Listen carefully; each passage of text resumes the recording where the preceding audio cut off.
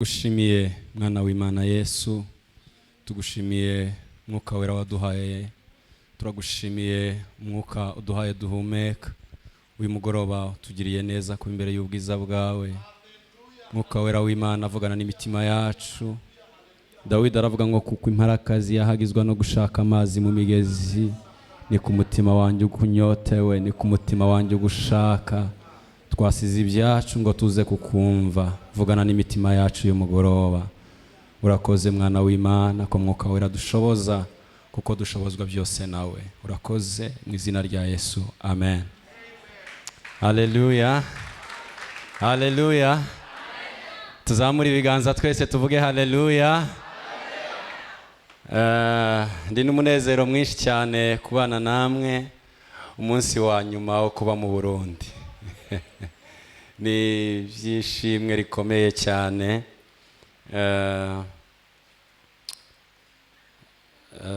Ndashimira itorero, ndashimira abakozi b'Imana. Imana ibahe umugisha, mwagize neza kutwakira. Murabona ko njye nkiri umujene, ntago nkiri mutoya ariko mfite impeta. Ndacyari umusore. Ari igihe ntekereza nkavuga ngo ntibyari bikwiye ko umuntu mu myaka mikeya, I don't have enough experience, ntago mfite inararibonye rihagije ngo mbashe guhagarara imbere y'abantu bangana gutya, ariko kubera ubuntu bwa Yesu. Haleluya. Noneho mfite ibintu byinshi nageze aho nifuza kuba.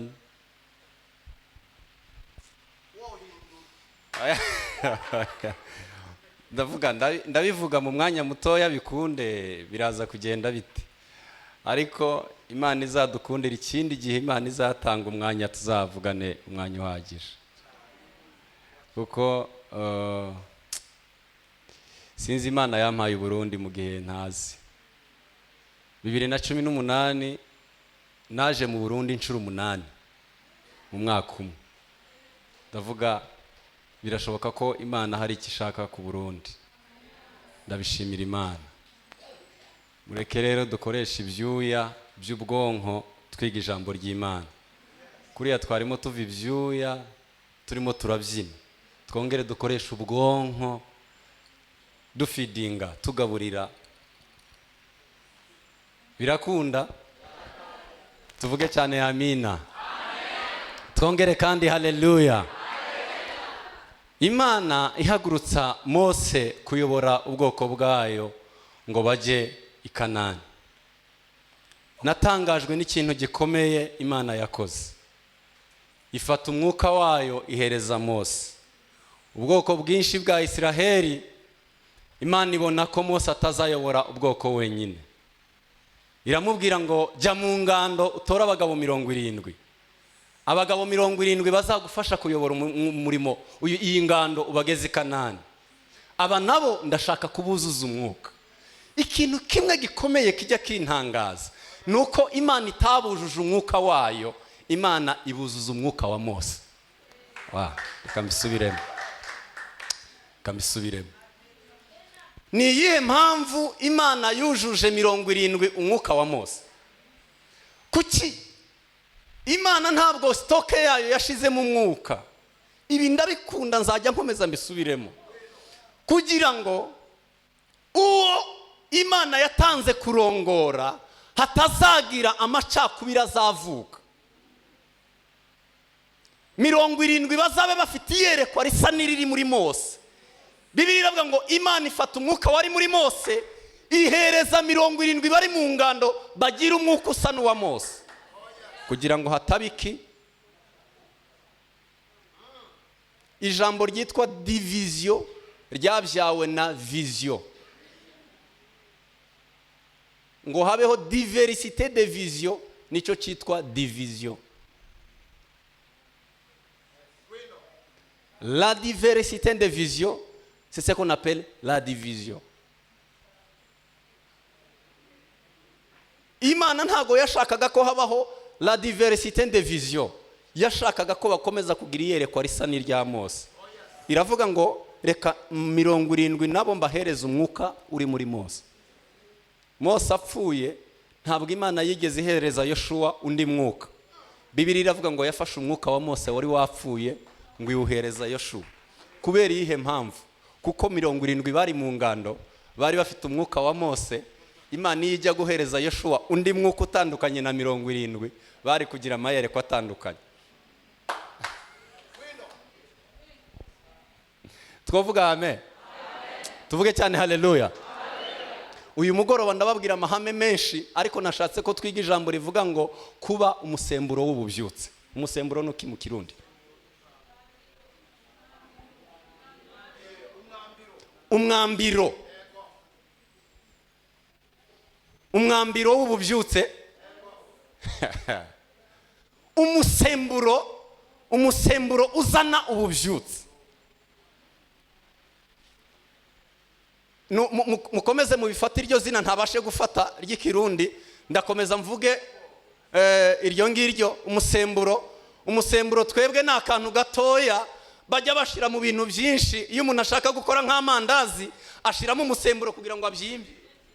Le levure, voilà. Umusemburo nicyo tugiye kuba, umusemburo uzana ububyutse nicyo tugiye kuganira. Ndababwira amahame akomeye ayo abantu bakoresha kugira ngo babe umusemburo. Le levure izana réveil. Ikintu cya mbere kibanziriza ububyutse ni ubumwe. Ikintu cya mbere kibanziriza ububyutse, iyo abantu bahagurutse, Imana ishaka kubahagurutsa ngo binjize igihugu, binjize amatorero mu bubyutse, Imana ijya ibanza kuzana umwuka w'icyitwa ubumwe. Imana ijya izana imbaraga zo gutuma abantu bakorera hamwe, imbaraga zo kumva ibintu kimwe, imbaraga z'ubumwe. Kamahereza urugero nahoze mpereza utwari kumwe ubushize. Abasore 3 baze hano, abasore 3 gusa, 3. Zana niyo ntebe. Icyo twita umurimo w'Imana byoroshe kuwukora iyo turi mu bumwe. Oya, imwe yonyine irahagije. Iki kintu ndagikunda cyane, imbaraga z'ubumwe. Abasore 3 muzi, hagarara aho papa, nawe hagarara hari, undi naza hagarare hano, hagarara hagurya, murebe kuri iriya ntebe, muyirebe, voilà, muyiterure turebe ko ndabikunda. Murareba ko aba basore bakoresheje imbaraga nyinshi kuyiterura? Oya, ni nyinshi. Biraboroheye? Muyiterure cyane turebe. Byabasabye imbaraga zingana iki? Nyinshi. Murumva biboroheye? Ngaho nimushire hasi turebe. Ngaho irekera kwa abapasiteri. Nawe ureba hariya hirya. Za mbaraga muracyazifite? Muracyafite za mbaraga? Za mbaraga muracyazifite? Ngaho hagarara hanga. Ngaho mwese nimuterura iyo ntebe muhagaze aho muri. Ngaho se oya nimugumaho muri muyiterure. Ntimugifite za mbaraga? None se kuki mutayiterura? Kuki bidashoboka? Ese ibi ngibi hari ikintu byatwigisha? Tuzamura amaboko turebe. Tuvuge amen. Abasore ni babandi icyo bahagurutse gukora ni cya kindi, imbaraga bafite ni za zindi, ariko kuko batari mu cyerekezo kimwe, icyo barimo barakora kirabagoye. Ntibijya bikunda ko ububyutse buzaho ngo duterure umurimo w'Imana utworoheye hanyuma tuzane impinduka tutaraba mu bumwe. Ntabwo bijya bikunda. Kugeza umunsi twemeye kuba mu bumwe, tugaterura umurimo w'Imana bitworoheye. Iyo turi mu bumwe iyo turi mu mbaraga z'ubumwe, umurimo dukora w'Imana uroroshe. Mbabwire torero ry'Imana, ikibazo cyabaye gituma hataba ububyutse mu isi, ni uko itorero ryabuze kureba ibintu. Uyu murimo uroroshe. Imana ibahe umugisha. Mugende mwicare. Imana ifashe nitonde. Amen. Imana yabwiye Abisiraheli, irababwira ngo nimugende mujye gutata i Kanani. Mose atoranya abagabo 12 barahaguruka bajya gutata i Kanani. Bageze i Kanani baratata, bose bari 12 baratata. Gutata ni iki mu Kirundi? Ni ugutata. Baraperereza, babona igihugu, babona umwero w'igihugu, barazana umwero w'igihugu, barataha. Ntago nkeneye kuvuga amakuru menshi. Barataha ngo bagereyo. Nahoze mbwira abavandimwe ubushize, ndababwira ngo abagabo 10 bavuze amakuru y'ukuri. Kivuza trompeke, abagabo 10 babeshe. Abagabo 10 bavuze amakuru y'ukuri. Abagabo ni barebare, yego. Twabonaga turi batoya, yego. Igihugu cyari kiri mu mwero, ye. Bavuze la vérité de ce qu'ils ont vu. Bavuze ukuri kw'ibyo babonye. Dore erera imwe bakoze gusa. Tuzamura amaboko. Haleluya. Bafata abanake bajya ku munzani umwe n'abanake ngo twirebaga. Yego. Twarimo twireba, twareba n'abanake bashize umunzani niki? Ni umunzani. Imana yari yarababwiye ngo ni ngewe uzabarwanira. None Karebu na Yoshuwa bo bakoze iki? Bo ntabwo bigeze bavuga ngo twirebaga n'abanake. Niba Imana ikiri mu ruhande rwacu, ntabwo ari twebwe n'abanake. Imana n'abanake.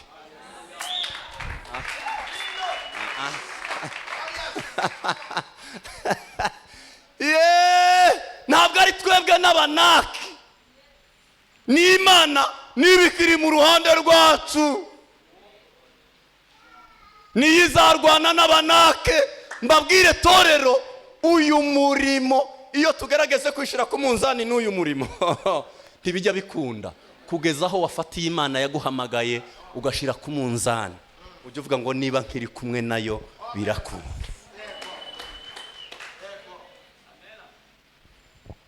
Ezira ibice 7 umurongo wa 10 mu gitabo cya Ezira.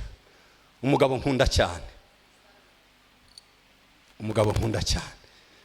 Mu gitabo cya Ezira, mu gitabo cya Ezira, kuba umusemburo ububyutse. Mu gitabo cya Ezira ibice 7 umurongo wa 10.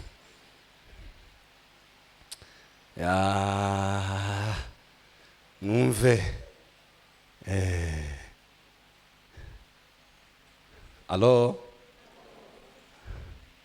Ezira ibice 7 umurongo wa 10. Isengesho riri mu mutima wanjye, ndimo ndasenga Imana ngo mwumve ibi bintu.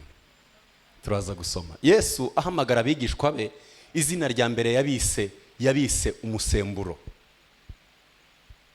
Yesu agihamagara abigishwa be,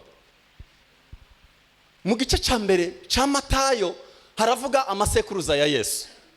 Mu gice cya kabiri cya Matayo havuga kuvuka kwa Yesu. Mu gice cya gatatu cya Matayo havuga Yohana w'integuza ya Yesu. Mu gice cya 4 havuga Yesu ageragezwa na Satani mu butayu, agahamagara abigishwa be.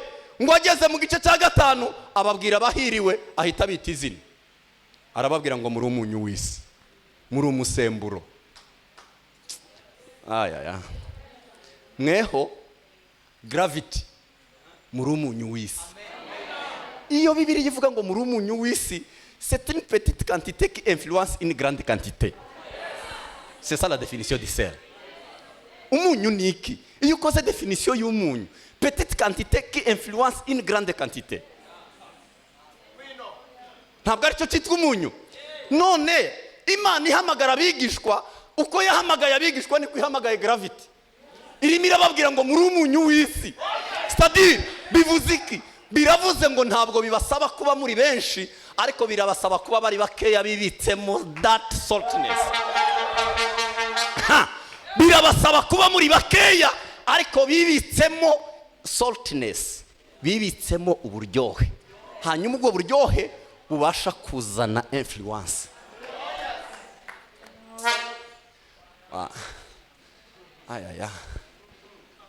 Gravity muri umunyu w'isi, igikenewe niki nuko muzana impinduka. Mureke mbabwira amahame makeya y'umunyu. Umunyu ntabwo ujungana n'ibyo wenda gusembura. Birahagije uyu mubari muri gravity ngo banyeganyeze urundi, biramaze. Ntibisaba umubare mwinshi, biramaze ukumungana muri gravity ngo munyeganyeze. Niba mukicibitsemo ubumunyu bukiri muri mwe, kuko nimutakaza ubumunyu ntaho muzaba mutaniye n'umucanga bakandagira. Ariko niba muri umunyu buri gihe ni quantité ntoya. Icya kabiri, umunyu uzi influencer silencieusement. Umunyu influencer par la silence. Ntabwo ujya usakuza, ntabwo bajya bawuterera mu biryo ngo wumve ngo habayemo agasaku mu buryo, ngo ubwo bashizemo umunyu ngo habayemo agasaku. Tuvuge cyane haleluya. Umunyu ujya utengera bucece avec la silence. Ntibijya bisaba gusakuza. Hari urusaku mujya mwumva? Umunyu ujya usakuza? Ubigenza ute? Niko babyita mu Kirundi. Kandi ukanyengetera utavuga, ariko wajya kurya ugasanga biri very sweet. Ibyari bita byabaye beta. Ibyari bita mu Cyongereza ariko babyita ibyari bita byabaye beta. Ibyashariraga none byaryoshe. Byari bita. Bitterness ni uburure. Beta ni ibintu byiza. From bitter to better. Icyo umunyu ujya ukora, ukura ibintu mu kuba bitter ukabijyana mu kuba better. Iyo ndimo ndavuga ngo gravity now muri umunyu w'isi, birabasaba iki? Birabasaba kuba mukora nk'umunyu. Ntibigusaba gusakuza, cengera. Wavuze ngo no kugira gute? Uranyengetera bucece. Mbabwira ihame rya kabiri, ntabwo umunyu waryosha kugeza igihe bawuteranyije n'ibyo ugomba kuryoha. Ndabivuga, ntabwo umunyu waryoshya kugeza bawuteranyije bawuvanze n'ibyo ugomba kuryoshya. Ntiwashira umunyu n'ibiryo ahangaha ngo ibiryo bizaryohe kugeza igihe wagize gute? Babivanze. Dukomere Imana amashyi mbabwire. Abarokore twagize ikibazo cyo gupembeniza, kwigiza yaba tugomba kuryoshya. Usiniguse mimi niko mkristo. Usiniguse mimi niko mkristo. Sogea pembeni, sisi tunakuwa bakristo. Sogea huko. Igirayo twebwe turabera turaba Kristo. Ntabwo umunyuze uryosha kugeza igihe wagiye hagati y'ibyo ugomba kuryoshya. Ntabwo abarokora umurimo twahawe ntibizadukundira ko tuzazana influence kugeza umunsi twemeye kuba hagati yabo, ariko twifitemo saltiness.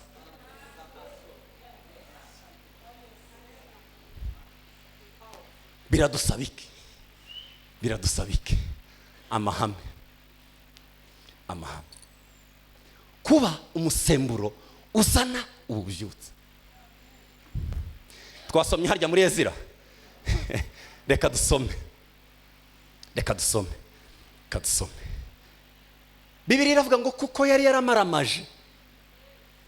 yaramaramaje mu mutima we gushaka amategeko n'amateka by'Imana ya Isiraheli, ngo abisohoze, ngo abyigishe mu Bisiraheli. Niki tugiye kugarukaho. Banezerewe? Tuvuge amen. Yari yaramaramaje mu mutima we gushaka amategeko n'amateka by'Imana ya Isiraheli, ngo abyuzuze, abyigishe. Ezira yanditse ibitabo 4, yanditse ingoma 2 n'igitabo ca Nehemiya n'ice ca Ezira, ibitabo 4. Ndamukunda cyane Ezira kuko yazanye influence. Reka mbabwire ico bita ubuvyutse niki. Turashaka kuzana impinduka. Ubuvyutse ntabwo ari ukuzura kw'amatorero, ahubwo ni ukuzura kw'imitima. Come on, kamisubiremo. Revive ntabwo ari is not full, ntabwo ari amatorero yuzuye, ahubwo ni imitima yari empty yuzuye. Nico bita ubuvyutse. Ndagisubiramo. Ubuvyutse ntabwo ari amatorero yuzuye abantu, ahubwo ni imitima yuzuye. Imitima yari vide yabashije kuzura, nibwo buvyutse. Hari igihe dutekereza ngo kuzura kw'abantu benshi, Satani ntarwanya kuzura kw'abantu mu makanisa, arimo ararwanya kuzura kw'imitima y'abantu bari mu ikanisa. Kambisubiremo. Ntabwo Satani arimo kurwanya n'abapagana arashaka ko bakizwa bakaza, ariko arimo ararwanya ko imitima y'abarokore yuzura. Ubuvyutse niki? Si amatorero yuzura, ahubwo ni imitima yari vide yuzura mu iby'Imana. Ubuvyutse ntabwo ari uko tubona abaririmbyi bananiwe gukurirwa kuri podium, ni abaririmbyi bakeya dufite ariko buzuye. Ubuvyutse ntabwo ari ukuzuza amatorero, ni ukuzuza imitima. Ni imitima yari vide yabashe kuzura.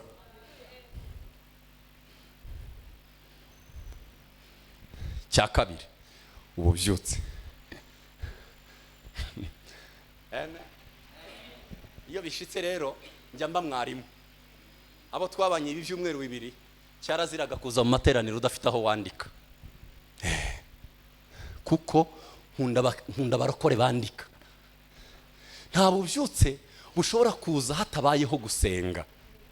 Iyo Imana ishaka kumanura ubuvyutse, iteza umwete abasenga.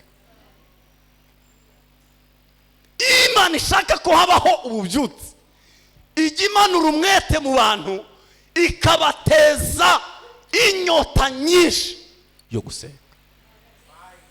Abantu ndaza kubabwira amakuru. Niba tuba nka Yoshua tukabwira Imana ngo ihagarike igihe simbizi, ariko ndababwira amakuru. Kandi ndimo ndifuza ko buri wese yahaguruka akinjira mu muriro w'ubuvyutse. Ezira kugira ngo azane ubuvyutse yakoze iki? Ndababwira ibintu 3 ibyo mpereyeho. Ezira yakoze ibintu 3. Ndabivuga muri aya magambo nze kubisobanura. He learned it, he lived it, he learned it. 3. Yarize, arasohoza, arigisha. Ya. Ubu koko birananiranye. Kumvikana birananiranye.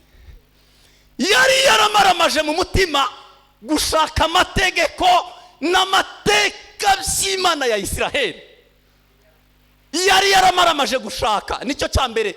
Yari yaramaramaje kwiga amategeko n'amateka by'Imana. Yari yaramaramaje, yarabifite mu mwete wose kwiga amategeko n'amateka by'Imana. Icyo ni icya mbere. Icya kabiri ngo abisohoze. If you want to prove what you believe, you have to live it. If you want to prove what you believe, you have to live what you believe. Ushaka kwemeza ibyo yemera arabiba. You live what you believe. Hanyuma amaze kubyiga abo wa mbere kubisohoza. Amaze kubisohoza abyigisha mu Bisiraheli. Umve intambwe 3 zituma umuntu abasha kuzana ubuvyutse. Intambwe 3 zituma wabasha kuzana ubuvyutse. Nukumaramaza kwiga, nukumaramaza gushaka iby'ijambo ry'Imana. Wamara kubishaka ukabanza kubisohoza. Ukicara ukavuga ngo ibi ninjye bireba. Nta wundi bireba. Ninjye wa mbere wo kuba ibi ngibi maze gusoma. Iri jambo ry'Imana maze gusoma, yari yaramaramaje gushaka amategeko n'amateka y'Imana ya Isiraheli ngo abisohoze. Mu Kirundi haravuga iki?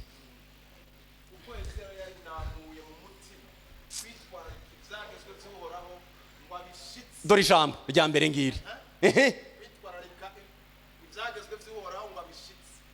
Icya mbere kwari ukugira gute?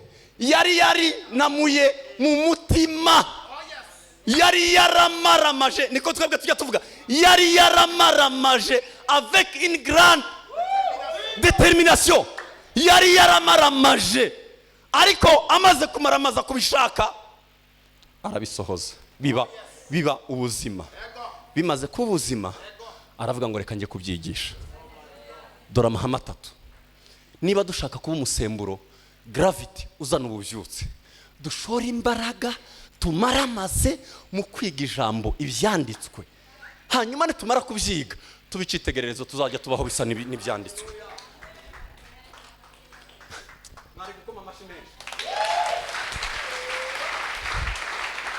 Niba dushaka ko Uburundi buhinduka, tubeho bisa abishitsa, ngo abishitse bimubere ubuzima.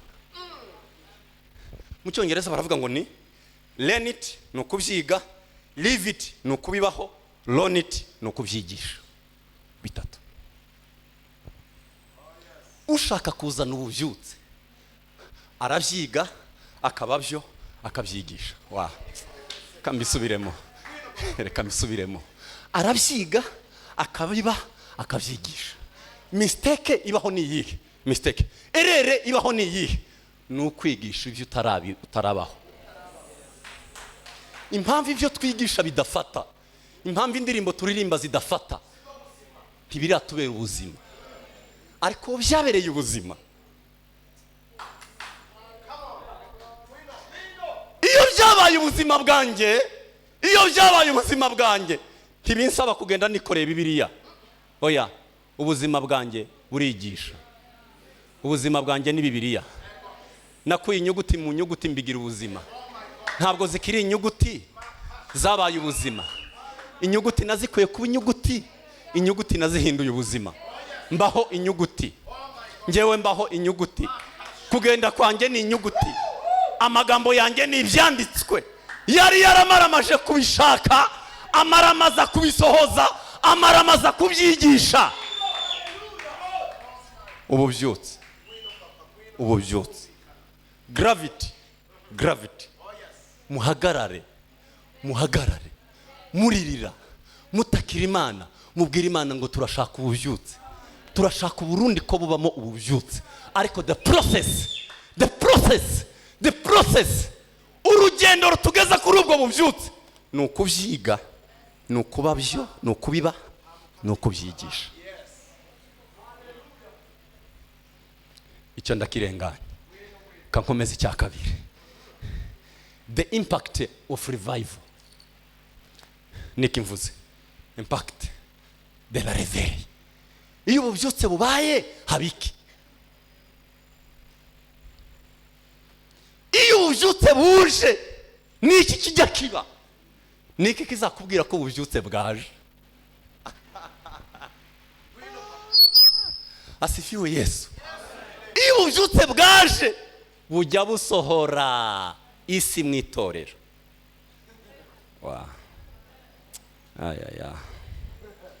Iyo ububyutse bwaje isi irasohoka mu itorero. Wabwira abantu ngo bitware nk'uko idini rivuga, ukababwira ngo mwitware nk'abakristo, muzi impamvu yabyo nuko nta bubyutse. Iyo ububyutse bwaje, modere z'isi ntizigera hano. Ububyutse burayisohora, bugasohora isi. Kwenda uko hano niba mubona isi yarinjiye mu itorero, niba mubona twarabaye nk'uko isi ishaka, nta kindi kintu kizasohora isi. Iyo mvuga isi, simvuga Uburundi, ndavuga the system of the world. Ikindi mo ndavuga kirumvikana. The system of the world. Ningaruka nzabigisha who am I supposed to be, ntegerezwa kuba nde. Hari abantu bane bashaka kungira, hari abantu bane bafite niki ndabyita iki, bafite inyundo bashaka kuncura bane. Buri murokoro wese afite abantu bane bashaka kumuhereza image. So ntegerezwa kwambara ihe image, ntabwo ari ikigisho ca none. Ariko isi ihagaze kugira ngo iguhereze image. niyo mpamvu yatugeneye icitwa social media. Nzabasobanurira icitwa social media muri Bibiliya. Social media rikomoka ku ijambo ryitwa intermediaire, umuhuza. Ico media idukorera, iduhuza, yabaye intermediaire. Media, muriho murumva ijambo media, ni umuhuza urimo kuduhuza n'isi. Isi yateguye vision yayo, abantu nabo barahangaha, irimo iribaza ngo none kugira ngo abantu bahuze n'isi ndabikora nte? Reka nkreye icitwa media, umuhuza. Tuzabyiga ubutaha. Umuhuza. Uyu munsi c'est la système, ni système. Uyu munsi ejo bundi nahoze mbwira urubyiruko, ndababwira ngo biramaze ko umuntu yasinzira. Barambwiye ngo harabana bajya papa agiye kuryama akababwira ngo umva mwabana munzanire Bibiliya ndebe ko mbona udutotsi, kuko ngo Bibiliya ni itera ibitotsi. Yabuze ibitotsi, arimo arabwira abana bamuzanire Bibiliya kuko arabizi ko natangira gusoma Bibiliya aragira ate aca sinzira. Umva abana munzanire Bibiliya ndebe ko nza kubona ibitotsi.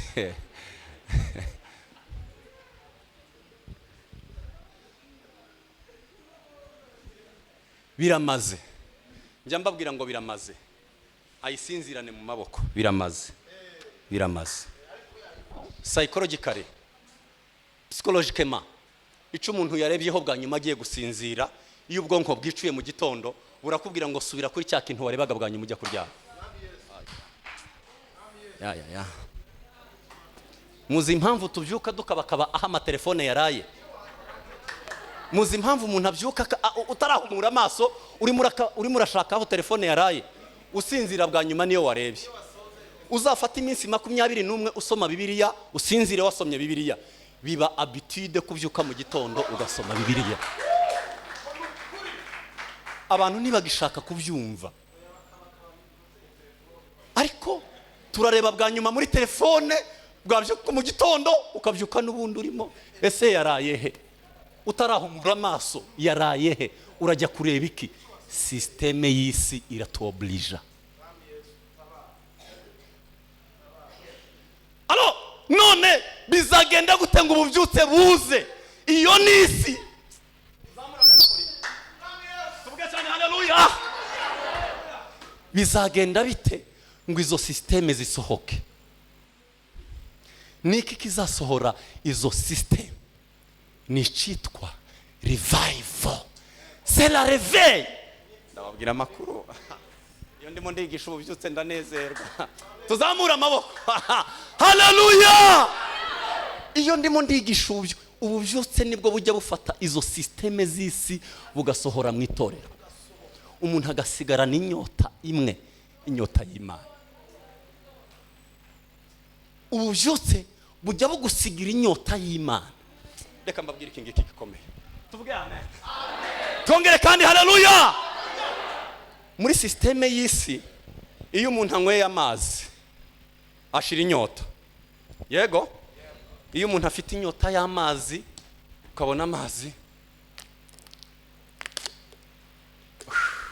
mutima wanjye uraruhutse kuko mbonye amazi nari mfite inyota. Bitandukanye n'iby'Imana. Iyo umuntu agiye yihuta arimo arashaka Imana afite inyota, ukayibona, ntabwo inyota igishira, bijya bigutera inyota y'Imana. Gushaka Imana, reka mbabwire, ubana n'Imana inshuro nyinshi niwe ufite inyota nyinshi y'Imana. Come on. Umaze ibyumweru 2 mu masengesho, umaze amayinga birasenga, uyu munsi niwe ufite inyota nyinshi yo gusenga. Kubera iki? Ububyutse budabuzusunikira ku kwaguka kw'inyota y'Imana muri twe. Mwamfashije mukanyumva? Tuvuge haleluya. Iyo ububyutse bwaje butuma umuntu arara yicaye kubera inyota. Narayibonye se, oya ndumva nkishaka. Asenga isaha imwe, umutima ukamubwira ngo oya ndacumva nshaka gusenga. Yasenga amasaha 2, oya ndumva ngishaka gusenga. Yasenga yageza saa 8, oya si saa 8 kuri WhatsApp, saa 8 ku mavi.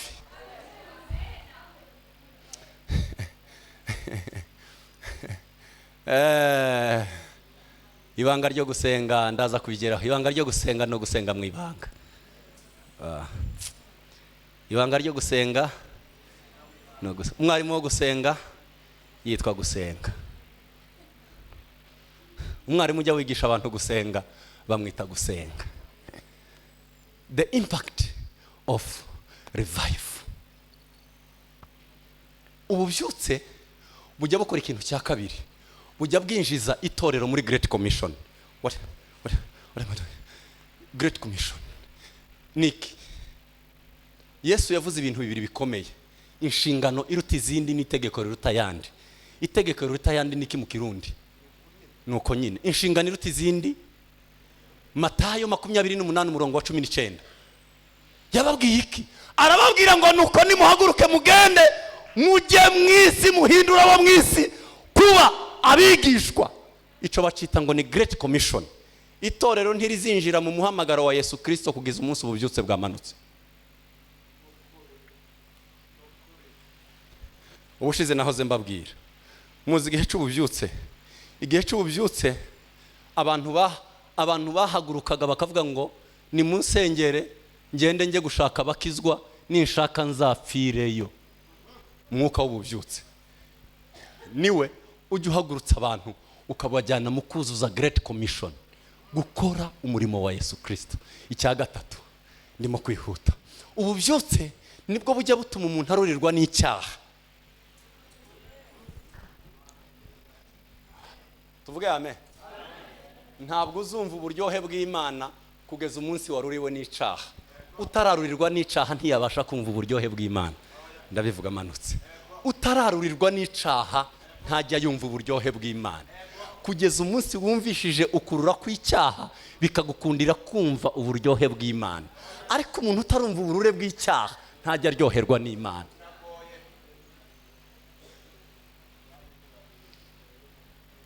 Kambisubiremo.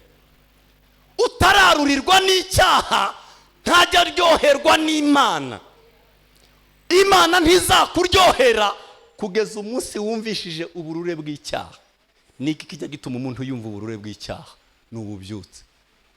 Iyo ububyutse bwamanutse ujya wumva nta kindi kikuryoheye uretse gusenga, uretse kuba mu Mana, wumva ibindi byose byararuze, ibindi byose birarura. Ariko iyo ububyutse budahari turabisomera.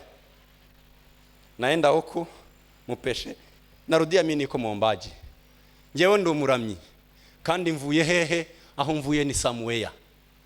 Iyo ububyutse butaraza turabisomera. Gusomera murabyumva. Iyo ububyutse butaraza turabisomera. Ntabwo ajya atinya guhagarara hano ku gatuti avuye quelque part ici. Ariko iyo ububyutse bwaje ntiwatinyuka guhagararana n'abaririmbyi b'abanyamwuka. Shabra kotaya mbrovaya karia zobe la forme de baska. Abaririmbyi b'abanyamwuka ntuzutinyuka guhagarara hano uvuye Samuel. Ariko iyo nta bubyutse buhari nta kibazo. Alisema atatimiza, nta kibazo. Ariko igihe cy'ububyutse ntibigukundira. Umuntu ajya ahinda umushitsi. Umuntu ububyutse nibwo bujya buzana kururirwa kw'ibyaha, tukumva turanyosa Imana. Se turi kumwe? Twavuga amina. Amina. Tuzamura ibiganza. Haleluya. Tuvuge cyane haleluya. Nimumanuka mukinjira mu mbaraga z'ububyutse. Ndimo ndasenga gravity ngo Imana ibinjize mu mbaraga nyinshi z'ububyutse.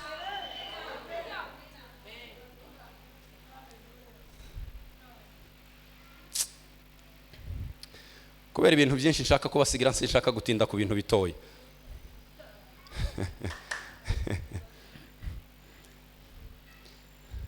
Ububyutse ni impact y'ibintu bitatu. Ni umusaruro w'ibintu bitatu. Ububyutse ni umusaruro w'ibintu bitatu. Ububyutse ni umusaruro w'ibintu bitatu. Ni umwimbu uva mu bintu bitatu. Ndabivuga. Repent, return and remember.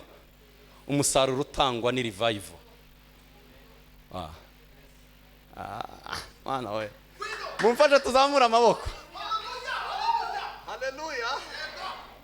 ububyutse buba hariya bubanzirizwa n'ibi bintu bitatu: kwihana no guhindukira no kwibuka. icya kane cyitwa ububyutse. ububyutse ni umusaruro w'ibintu bitatu. ndabisubiramo: icya mbere ni ukwihana, repent. icya kabiri ni return, guhindukira. icya gatatu ni remember, kwibuka. icya kane haza revival. njya mbyita ngo ni zara enye: repent, return, remember, then revival. iza bwa kane. ntibikunda ko ububyutse buza abantu batagize inyota yo kwihana. ese turi kumwe? Petero baramubajije ngo none umwuka amaze kumanuka, baramubaza ngo dukore iki bagabo bene data, dukore iki? Arababwira ngo ni mwihane muhindukire. Haleluya! Guhembuka kuzaza mu mitima yanyu ari uko mwagize gute? Mubona uko guhembuka kuza guturutse ku mwami Imana. Mubona uko revive. Murabona ko twebwe revival yaje, umwuka yamanutse, twuzuye imbaraga z'umwuka wera. Bari bamubwiye ngo Petero, koma 3 umuntu ashobora gutsinda. Kuboregwa bigenda gute ngo umuntu 3 aboregwe? Petero, musobanure, mwaborewe 3 z'igitondo, mwaborewe. Ariko inaha nabonye bakunda kunywa cyane, icyo kimwe no mu Rwanda nabo baranywa. Abantu baranywa 3 za mu gitondo mu kabari. Koma mwasinze 3. Petero aramubwira ngo ya ntabwo twasinze. Survival. Ese twavuga amen? Ntabwo ari ugusinda. Ububyutse bwaje. Baramubaza ngo none tweho dukora iki? Condition. Kugira ngo natwe twuzure izo mbaraga z'ububyutse bwabamanukiye, dukora iki? None tweho dukora iki? Ni mwihane, muhindukire, mwakire kuri uwo mwuka.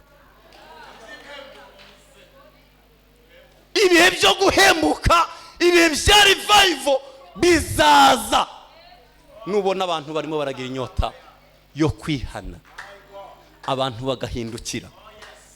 Umunsi bari bagiye kwica Stefano, yabakoreye ikintu cya gatatu, we yarabibukije, arababwira ngo nimwibuke basogokuru wanyu.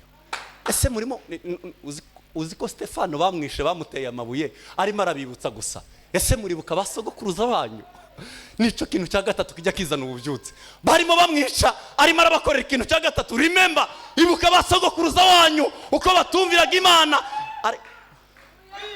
Ese uyu munsi nta kintu wakwibuka Imana yakoze? Nta Imana yakoze wakwibuka ngo kikwinjize mu bubyutse? Ese hari icyo Imana yagukoreye? Ninde ufite icyo Imana yamukoreye azamura ikiganza? Haleluya! Kwibuka ntabwo Imana igikora ibyo itaradukorera kubera kwibwira ibyo itarakora. Imana igigira ibyo ikora iyo turimo turayibutsa ibyo yakoze. Ntabwo Imana igikora ibyo itarakora kubera kwibwira ibyo itarakora. Imana igikora ibyo itarakora kubera kwibwira ibyo yakoze. Babajije Dawidi baramubwira ngo do you have any record? Hari ikintu basi ufite gitoya Imana yaba yarakoze kugira ngo tugihereho twemere ko wicuriye mu Filistia? Hari igihari Imana yaba yarakoze kugira ngo ikore niki? Dukomere Imana amashi. Ufite record y'ikintu Imana yaba yarakoze, icyo ngo aba ari cyo duheraho uyu mu Filistia nawe afe? Hari igihari? Arababwira ngo iyo nabaga naragiye intama ngo naravumbukaga nkayishwanyaguza. Hari icyo Imana yakoze? Kirahari icyo Imana yakoze? Icyo bacita esikariye yo gusingira iby'Imana itarakora. Icyo Imana yakoze nibyo bazabita ngo ni esikariye, ni curirizo, ariko esikariye birumvikana aba bose icyo Imana yakoze uzakigire isikariye cyo gusingira icyo Imana itarakora. Icyo Imana itarakora kiba quelque part hariya. Iyo ndimo ndavuga ngo Mana ntiwabikoze, Mana ntiwabikoze, ugumaha. Mana ntiwabikoze, dore uburaha.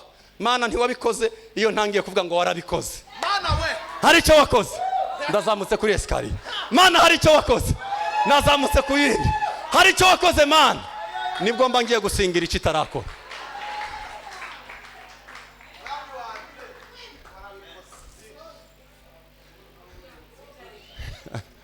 Remember, iyo wibutse iby'Imana yakoze bijya bikwinjiza mu bihe.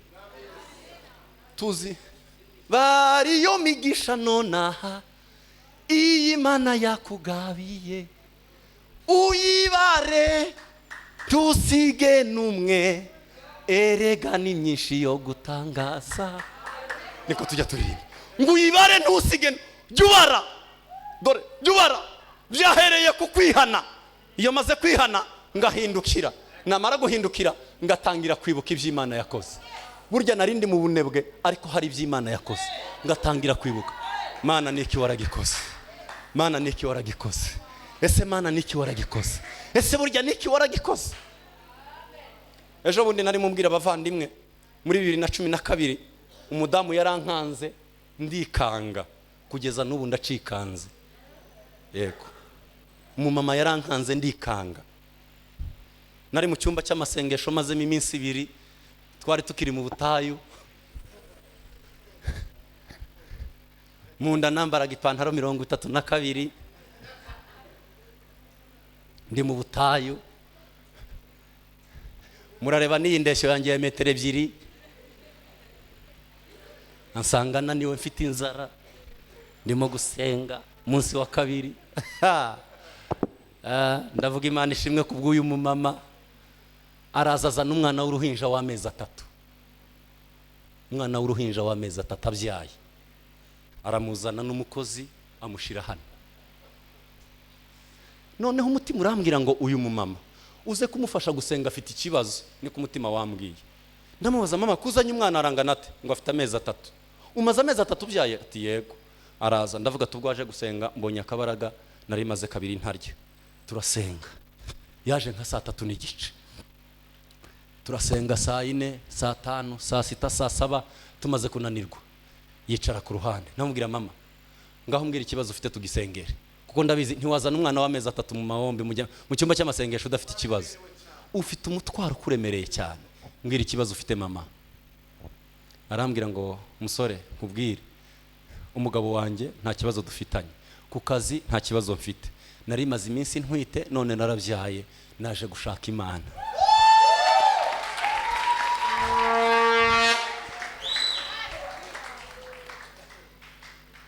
Yaje aparitse n'imodoka yiparika hariya.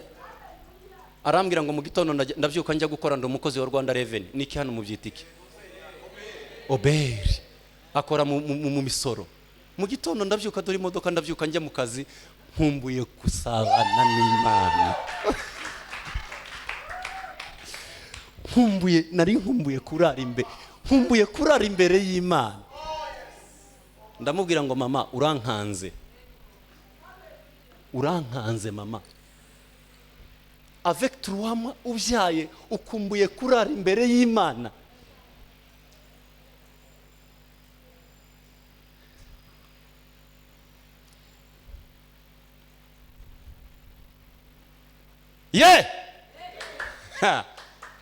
Avec 3 mois. Abandi bamara amezi 6 batarazana n'abana ngo pastor abasengere. Amezi 6 agashira atarazana umwana ngo bamusengere, bamumurika Imana. Amezi 6 agashira. Byagenze gute? Twarabyaye, hano babyita kwibaruka. Twaribarutse, ukwezi kwa mbere kugashira, ukwa kabiri kugashira, kwa gatatu, kwa kane, kwa gatanu, kwa gatandatu akaza yarabyibushe cyane. Niki mama? Twarabyaye, twaribarutse. Nari mbabwiye ububyutse ni intambwe ya 4. Kwihana no guhindukira no kwibutsa Imana bijya bitwinjiza mu buzima bw'ububyutse. Ndabisubiramo bwa nyuma. Kwihana, guhindukira. Ubushize narababwiye ngo guhindukira ntiguhagije. Iyo tumaze guhindukira tugira gute? Turahinduka. Twamara guhinduka tugatangira kwibutsa Imana ibyo yakoze. Mana warabikoze, Mana warabikoze, Mana warabikoze. Ibyo biba ari umusaruro bitanga n'imbaraga zo kutwinjiza mu bubyutse.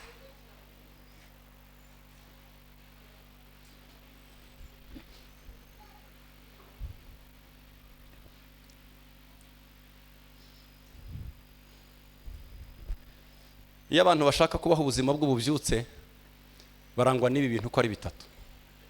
Ndimo ndihuta. Iyo abantu bashaka kubaho ububyutse mu buzima bw'ububyutse barangwa n'ibi bintu bitatu ngiye kuvuga. Icya mbere, birinda kubaho ubuzima bwa contradiction. Birinda kubaho ubuzima bwa contradiction. Ubuzima buvuguruza ibyo bizera. Birinda cyane kubaho ubuzima bukontrediza ukwizera kwabo. Ushaka kubaho ubuzima bw'ububyutse ajya yirinda ubuzima bwa contradiction. Ese murimo murabyumva?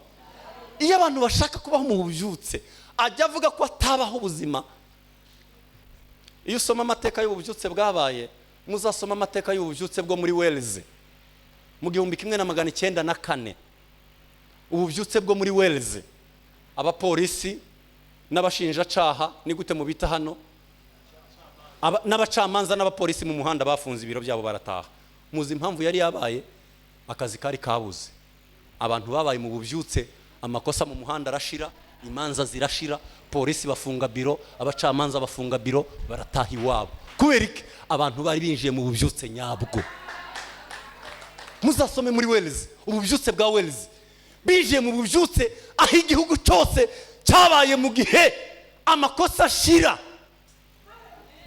Ku muhanda abapolisi barataha kuko nta kazi. Abantu bari barahindutse biri holistique, bifite norme ziri biblique. Guhinduka nyako ububyutse buzana ni uguhinduka kuri holistic, gufite norme ziri biblique. Ibi ndabikunda cyane. Guhinduka. Ese twavuga amen? Guhinduka nyako kwageze kuba polisi bo mu muhanda, kugera kuba twara ibinyabiziga mu muhanda. Abantu iyo abantu babayeho mu buzima bw'ububyutse babaho ubuzima busa na bya bindi barimo. Yagera ku muhanda akavuga ngo nubwo ndimo ku cyumweru nazambwiriza abantu aho twateraniye, ndababwira ngo Kristo ntazaza kudushakaho imbuto mu gihe cyo kwera imbuto. Cya giti yagiye gushakaho imbuto, Bibiliya iravuga ngo ntabwo cari igihe cyacu cyo kwera imbuto. Come on. Yesu ntazaza gusoroma imbuto mu gihe cyo kwera imbuto, azaza mu gihe kitari cyo kwera imbuto. Urabona hano ngukubise hano wahindukiza hano nta kibazo. Turi mu gihe cyo kwera imbuto, hano ni mu materaniro, hano hanze.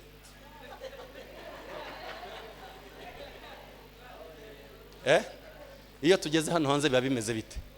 Kandi cyagihe muri za conditions zitari zo kweramo imbuto nibwo Kristo abahagaze ku ruhanda aho hafi. Reka ndebe imbuto za kwera zireba zimeze zite. Naho igihe cyo kwera imbuto ntaba hari.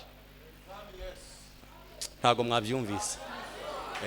Ntabwo ajya aza mu gihe cyo kwera imbuto. Oya, ajya aza muri kuri ya mirongo yo kuri bisi hariya mu mujyi. Kuri ya mirongo barimo baragusunika. Umutsi umuraha undi uraha ngaha. Ni muri conditions zitari favorable zaho umuntu yakwera imbuto, ariko nibwo Kristo abahagaze aho hafi. Murabizi nta mbuto berera mu materaniro. Twebwe abarokore twagize ngo hano niho kwerera imbuto. Nta mbuto. Yesu ntazaye dushakaho imbuto turi mu materaniro.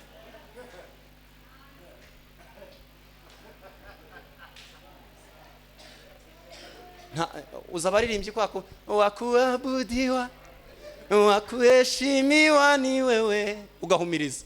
Nta mbuto arimo arasoroma ako kanya kule inje. Ukagira ngo none Kristo ari aho hafi. Nta uri aho hafi, nta uri aho. Aha ku muhanda nibwo muba muri kumwe nawe.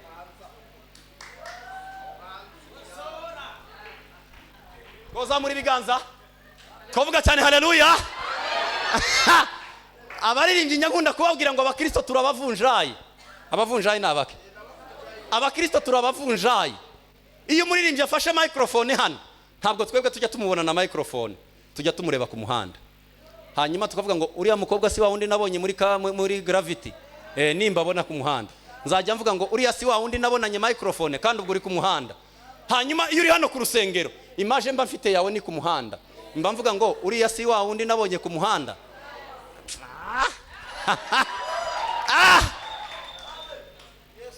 Iyo turi mu muhanda batuvunja mu rusengero, iyo turi mu rusengero batuvunja mu muhanda. Voilà. Noneho iyo ubuzima bwawe bwa hariya budasa n'ubwa hano, urimo urakontrediza. Ababa mu buvyutse rero birinda kubaho ubuzima bwa contradiction. Iyo umuntu ashaka kubaho ubuzima bw'ubuvyutse, umubonye ku gatuti birasa n'umubonye mu ibarabara. Ntabaho ubuzima bwa contradiction. Abaho ubuzima busa mu materaniro no mu muhanda niwe. Ku kazi no mu materaniro niwe. Ntagira ubuzima bwa contradiction. Ntajya yivuguruza. Kuko tubaho ubuzima buvuguruza twebwe. Ayaya. Come on. Twavuga haleluya baririmbyi. Twavuga cyane haleluya. Muzi impamvu kuramya kenshi kutajya ku muzi impamvu kuramya kenshi bidakunda tutajya dufashwa. Hano hari rido, abakristo ntibaje gusenga, turi mu nyigisho zabo kuramya no guhimbaza. Nta bakristo bahari. None tuvuge amen. Abakristo ntabwo baje gusenga, turi twenyine. Muzi impamvu abakristo batajya bafashwa kenshi tukaririmba ukumva murakubita nko kwibuye. Muzi impamvu yavyo, kuramya kuba expire. Kuba expire murabyumva? Muzi biriya mwaramije byabaye expire. Ni mu bigarura ku cyumweru muzaba murimo muraduha ibinini byataye garanti.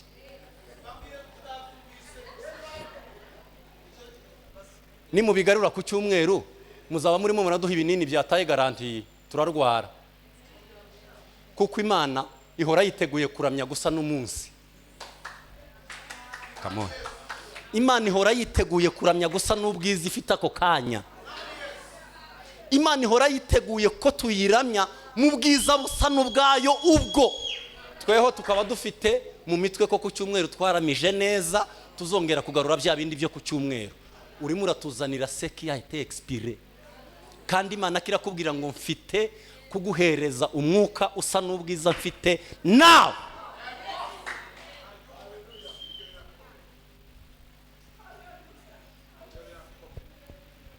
Ari tukabwira abantu is not ce n'est pas le talent, ce n'est pas l'expérience bijya bikora mu nzu y'Imana. Ntabwo ari uko mbifite nka talent, ntabwo ari uko mbimazemo igihe. No. Nta muntu wari ubimazemo igihe nka Yesu. Mbere na mbere hariho jambo yahoranye n'Imana.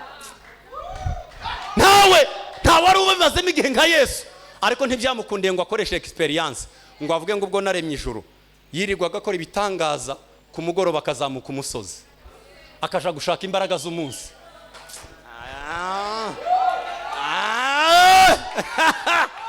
Haleluya. Akavuga ngo hari imbaraga z'umunsi z'uyu munsi. None akamanuka akabwira ikirema ngo ndagukiza ari uko nkoze akondo ngasiga ku maso. Nizo mbaraga z'uyu munsi. Ejo yazanye imbaraga zo gutegeka, genda ujye kwihagira. Ejo yazanye izindi mbaraga zikora iki, kubera ko atakoresha experience ari wowe waremye ijuru n'isi. Pourquoi? Mais nous autres tuyaduga ngo mbimazemo igihe ndi umuririmbyi. Come on, mbimazemo igihe ndabizi. Iyo mbabwiye ngo tugende gutya abakristo unajiye danganya.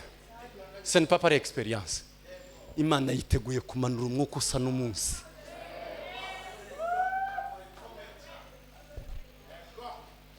Ntukabimenyere. Live what you believe. Uzirinde kubaho ubuzima bwa contradiction. Nicyo nari mvuga. Ntukabeho ubuzima budasa n'ibyo. Wewe ufashe microphone. Ubiyo mufashe microphone hano, ntabwo tubabona na microphone. Tubareba ku muhanda. Iyo muri hariya ku muhanda nibwo njya nkubona ufite microphone. Ngaho ndebera rero ku muhanda ufite microphone. Ibyo uri murakora birakubereye ko waba ufite microphone. Ntukabeho ubuzima bwa contradiction. ntukabeho ubuzima bwa contradiction. Niba ushaka kubaho ubuzima bw'ububyutse, uzirinde kubaho ubuzima bukontrediza. Bimwe hano none tuzamura amaboko mbabwire ikintu. Tuvuge cyane haleluya haleluya. Pawulo yandikiye abakorinto inzandiko 4. Pawulo mana we ya masaha yashize. Pawulo yandikiye abakorinto inzandiko 4. Inzandiko 4 nizo Pawulo yandikiye abakorinto. Habageraho inzandiko zingahe? 2.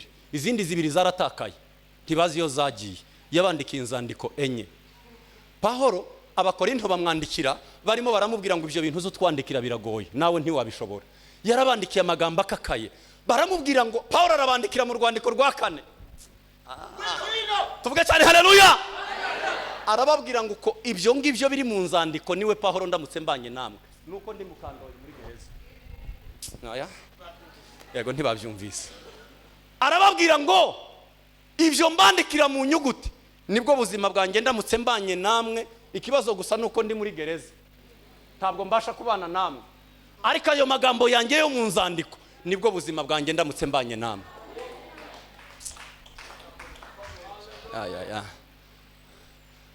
Bizagezaho tubwira abantu ngo niba indirimbo zibagezeho nibwo buzima bwacu nuko muri kure natwe. Izo ndirimbo nibwo buzima bwawe.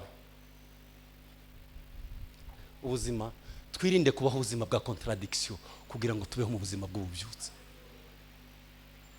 Icya kabiri ni ukwemera kubaho ubuzima bw'igitambo. Nta muntu ujya winjira mu bubyutse atemeye kwishura ikiguzi, atemeye kwishura igitambo. Sacrifice. Nta bubyutse bubaho hatabayeho kwishura. Umugabo witwa John Wesley ndamukunda cyane, umugabo wazanye ububyutse i Burayi. Yarapfukamye kuri tapi igeraho itoboka. Ese murimo muranyumva? Itapi nk'iyi ngiyi aho yateraga amavi, itapi iratoboka aho yashingaga amavi. Barayifata bayijyana mu nzu ndangamurage. Se kwa bajyana ya tapi yapfukamaho muri mize. Kubera iki? Niwe muntu wapfukamye ku itapi iratoboka. Ikiguzi cy'ububyutse. Ahantu yateraga amavi, akahatera mu gitondo, akahatera nimugoroba, akahatera mu gitondo, akahatera nimugoroba, akahatera saa sita, bigeraho tapi itoboka. Bamubajije imbaraga yakoresheje, aravuga ngo yabikomoye kuri mama we. Yanditse igitabo cyitwa ngo L'heure qui change le monde. Haleluya. L'heure qui change le monde. Arababwira ngo mama yagiraga isaha imwe yo gusenga. Ku munsi yagiraga isaha ya saa sita. Bavukaga ari 11. Isaha ya mama yagera abana 11 mu rugo bose bagaceceka. Tugeze ku isaha ya mama yo gusenga. Aravuga ngo niho nabikomoye kuri mama. Abana bawe bakuziho iki? Abana bawe bakuziho iki? Uri umumama urimo urabyara, abana bawe niki bakuziho? Ni ihe legacy uzabasigira ibasha ku impactinga isi? Bafata tapi bajyana muri mize, baravuga reka tujyane muri mize iyi tapi. Ronald Bonke ari umunyeshuri, bagera ahantu muri mize barabaza ngo none iyi tapi ni iki? Baramubwira ngo iyi niyo John Wesley yapfukamyeho kugira ngo azane ububyutsi Burayi. Naha niho yapfukamye. Baramwereka ngo ntureba aha itapi yatobotse naha. Aya na amavi ya John Wesley. Aya na amavi ya John Wesley. Arasohoka n'abandi banyeshuri. Ageze hanze kuri gate aragaruka. Aravuga ngo nanjye ngomba gutera amavi mu mavi ya John Wesley, kugira ngo nanjye mu gihe cyanjye nzabashe ku impacting isi, nzabashe guhindura isi. Nimurebe ibyo umugabo w'Imana Bonke yakoze ku isi. Byavuye kuki? Hari igitambo umuntu azayishura iyo ashaka kubaho ubuzima bw'ububyutse.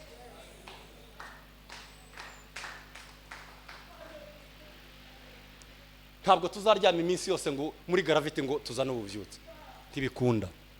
Ububyutse buzanwa n'abagabo baryama buke, bakaryama batinze, bakabyuka hakiri kare. Ububyutse buzanwa n'abakobwa batahaye umwanya amasaha 28 ngo bayahe telefone. Abakobwa bazana ububyutse. abamama bazana ububyutse ntabwo ari abamama oya, ni abamama basenga akemera gutanga ikiguzi cy'ububyutse. Ntabwo biva mu kuryama amasaha yose, ntabwo biva mu kurya amasaha yose, ntabwo warya uko ubishatse ngo uzazane ububyutse.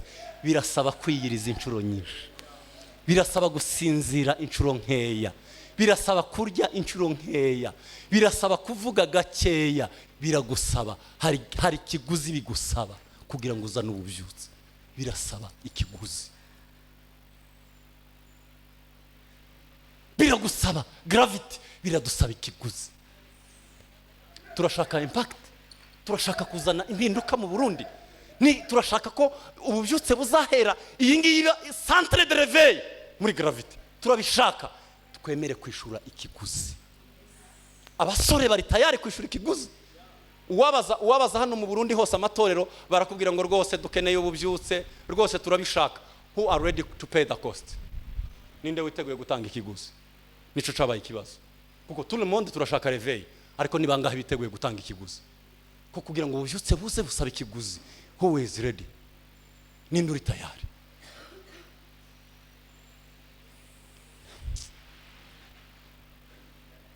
Uriteguye gutanga ikiguzi cy'ububyutse?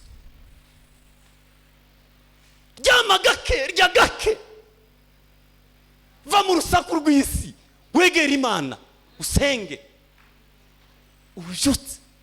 Imana, mureke mbabwire, umwuka w'Imana urapendinze hano. Gupendinga se kwa? Umwuka w'Imana uri quelque part hano mu kirere, witeguye abasenga ngo umwuka ubamanukire. Umwuka urimo uravuga ngo hari uwasenga ngo nze kuri we. Ese hari umuntu, hari umukobwa wabasha gusenga ngo mumanukire ari he? Hari umumama urimo urasenga ngo nze? Umwuka uri hano, uri hano, umwuka uri hano isi. Aha hari umwuka wera, ariteguye kugira ngo akumanukire. Wamuhaye umwanya,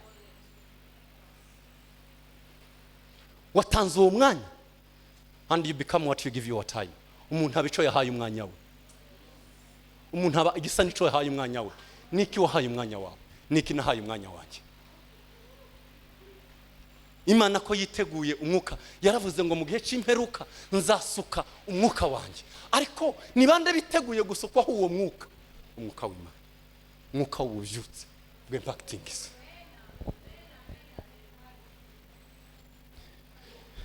Kwemera kwishura ikiguzi. Kambabwira icya kabiri. Turi kumwe?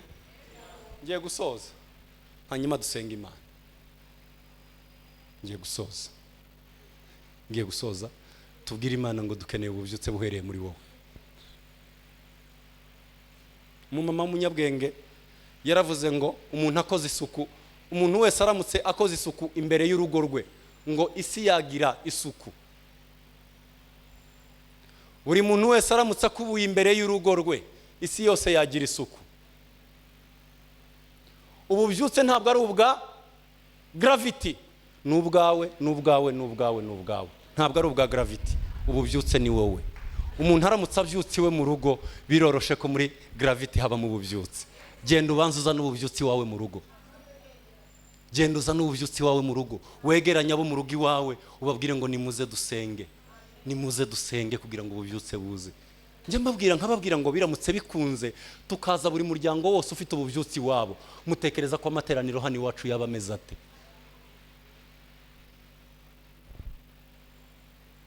Cya gatatu ni ukubaho ubuzima buhindutse by'ukuri. Abaroma 12 umurongo wa 1 n'uwa 2 ndabikunda cyane.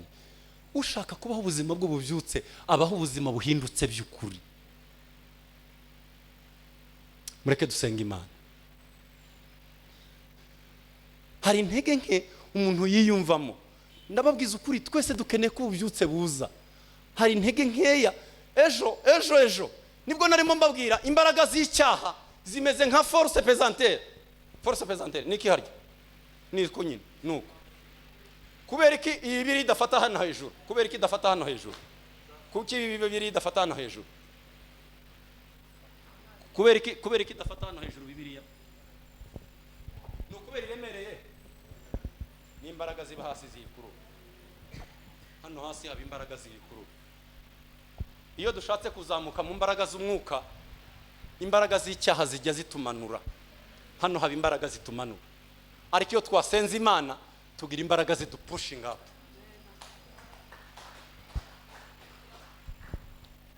Abumva hari icyo basengera, muhaguruke dusenga Imana. Tubwire Imana ngo gravity turashaka kwinjira muri revive. Nari gutinda nkababwira ngaho tuzamura ibiganza tuvuge amena.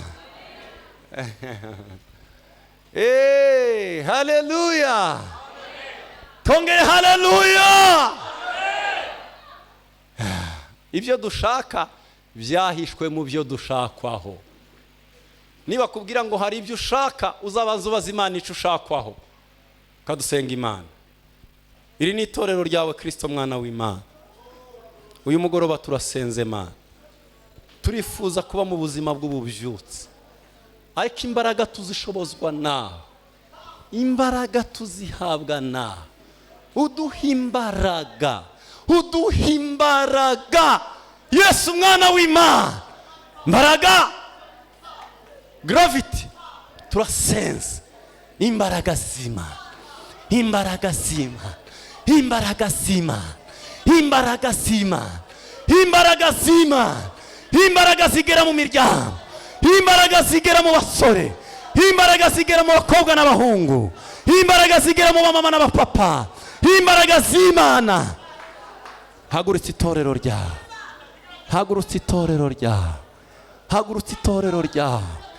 Aba bahagutse ku marenge yabo mwana, ubuzuza imbaraga zawe Kristo, ubuzuza imbaraga zawe Kristo, ubuzuza imbaraga zawe Kristo. Aba bahagaze mwana w'Imana, ubuzuza imbaraga zawe Kristo, ubuzuza imbaraga zawe, imbaraga zihindura, imbaraga zibinjiza mu mbaraga.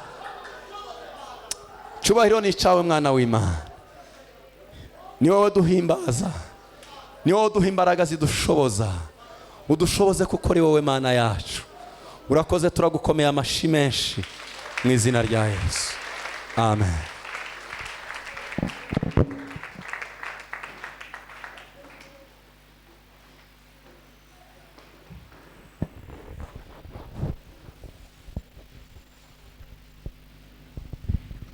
Haleluya.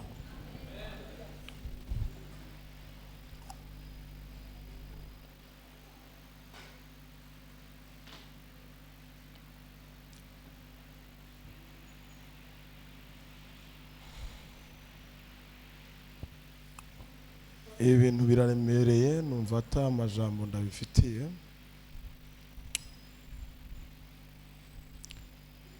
Gusa ndashaka ko aba gravity, abana b'Imana, abashitsi mwatugendeye, muhereza uburemere impamvu Imana ituganirije aya majambo. Aho utaha, aho uzoburi, utekereze icyo Papa ashatse kutuganiriza.